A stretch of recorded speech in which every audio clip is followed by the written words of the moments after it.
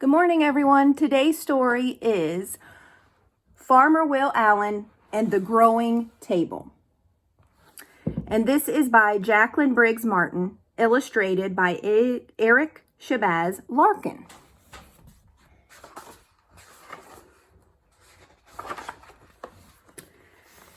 Farmer Will Allen is as tall as his truck. He can hold a cabbage or a basketball in one hand. When he laughs, everyone laughs, glad to be in his crew. When he talks, everyone listens. But some say the special thing about Will Allen is that he can see what others can't see. Are they right? What he looked at an abandoned city lot and saw a huge table heaped with food. Was he right? The kitchen table. When Will Allen was a boy, bowls of peas, greens, and his favorite lima beans with ham covered the kitchen table. My mother often fixed enough food for 30, Will says. We never had a car or a TV, but we always had good food. He remembers people who'd come to dinner, tired and drooped, and leave laughing.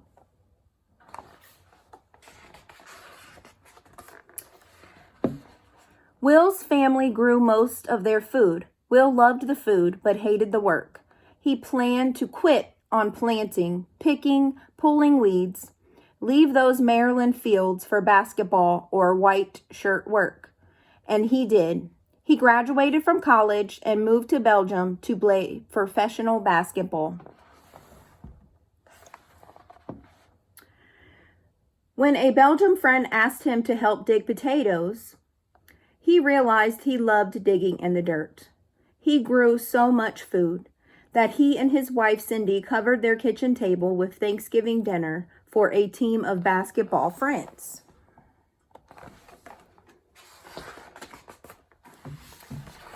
A new kind of farm. When Will was done with basketball, he worked a white shirt job in Wisconsin and found time to grow vegetables on Cindy's parents' land. But Will wanted his own place. He'd seen that fresh vegetables were as scarce in the city as trout in the desert. Will believed everyone everywhere had a right to good food. But how could Will farm in the middle of pavement and parking lots? One day, driving in Milwaukee, Will spotted 6 empty greenhouses on a plot of land about the size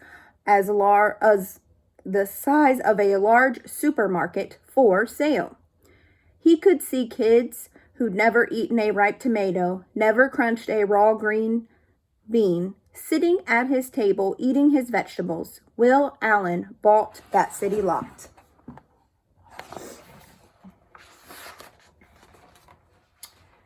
The dirty soil. Will had a start on his table. He had the land, but the table was empty. The problem was Will's soil, dirty with chemicals and pollution. He had no money for machines to dig out the bad soil, for truckloads of good soil. What to do? In Belgium, Will learned to make good soil with food garbage. They called it composting, but he needed lots of garbage. He asked his friends to save food waste, apple peels, to old zucchinis.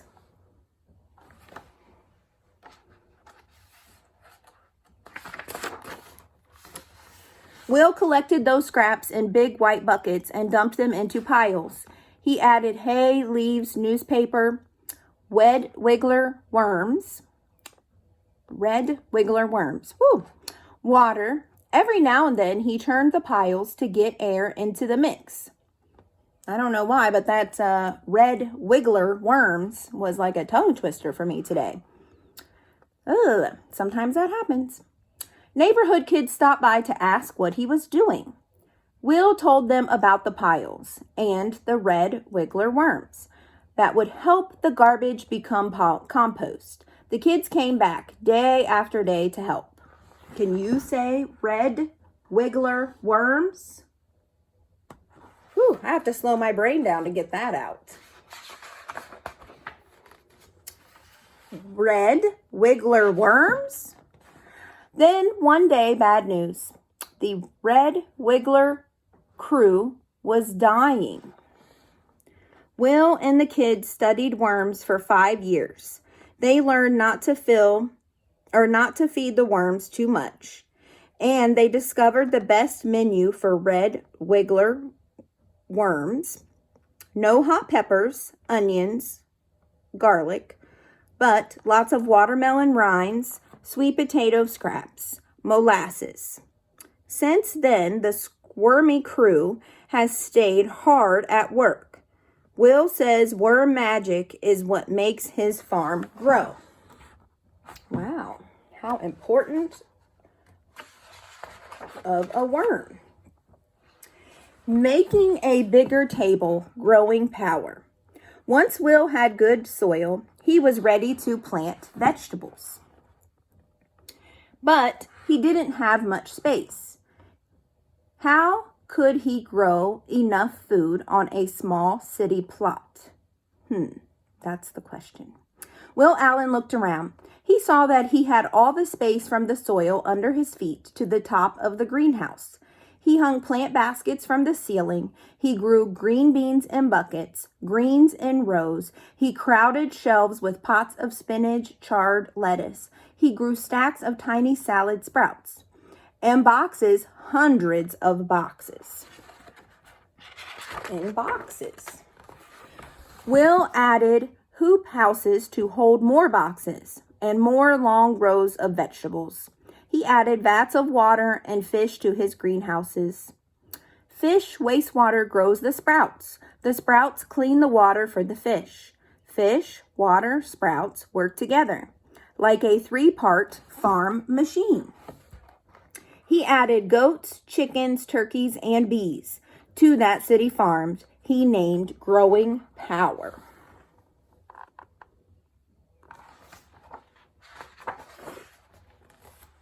Finding farmers.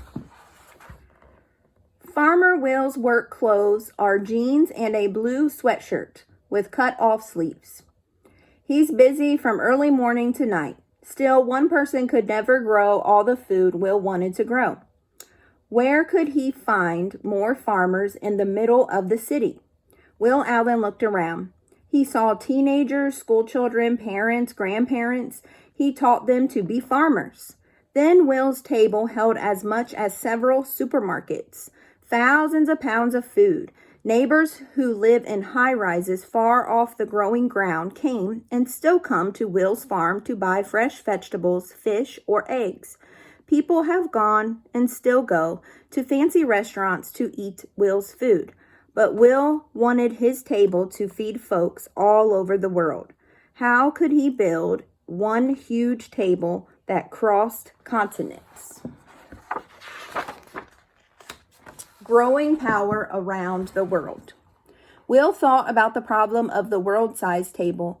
He looked around and saw his many helpers who had learned to be farmers. He would teach people everywhere to grow food for their own tables. Will Allen began to travel. He crisscrossed the United States, showing others how to farm in the city. And he has taken his red wrigglers to Kenya, to London, all over the world. The world has also come to his Milwaukee farm.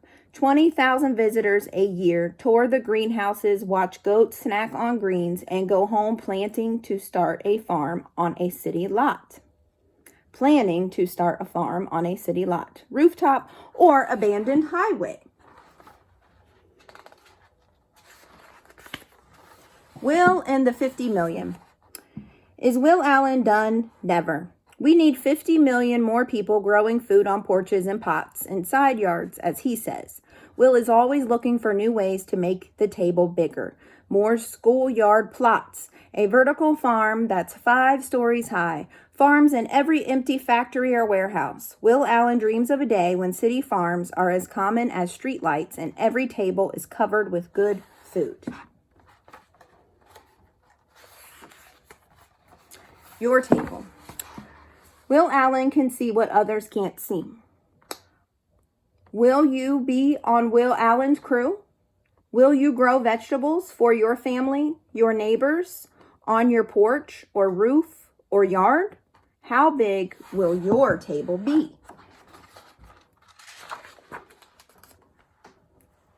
And here's the afterword by Will Allen. And a note from the author. She grew up on a dairy farm in Maine. So I wanted to share that with you. And I know this is the time in Ohio where after Mother's Day, we are free of a frost warning usually. So people begin planting. So I am trying to add some more container gardens this year into my yard. So I'm not for sure what I'll end up growing, but I look forward to starting that adventure. So hopefully you can get some ideas and start some where you live. Columbus City Schools, who I currently work with, they are starting some gardening in some of their schools. And then I've also been a part of, for the last 6 years, I've been a part with the Linden Garden Association. It is on Cleveland Avenue across from the Columbus Metropolitan Cleveland Avenue Branch Library. There are a couple peach trees there, marigolds, and they reprocess the seeds. Every year I love to drive by there and see what we started back in 2014 and just watch how we turned that abandoned lot into something really beautiful. There's also an abandoned lot like catty corner to there that you can see off of Hudson, and they're supposed to be adding some flowers and focusing on bee and butterflies in that lot. So good things happening in Columbus, and hopefully some good things can be happening in your backyard.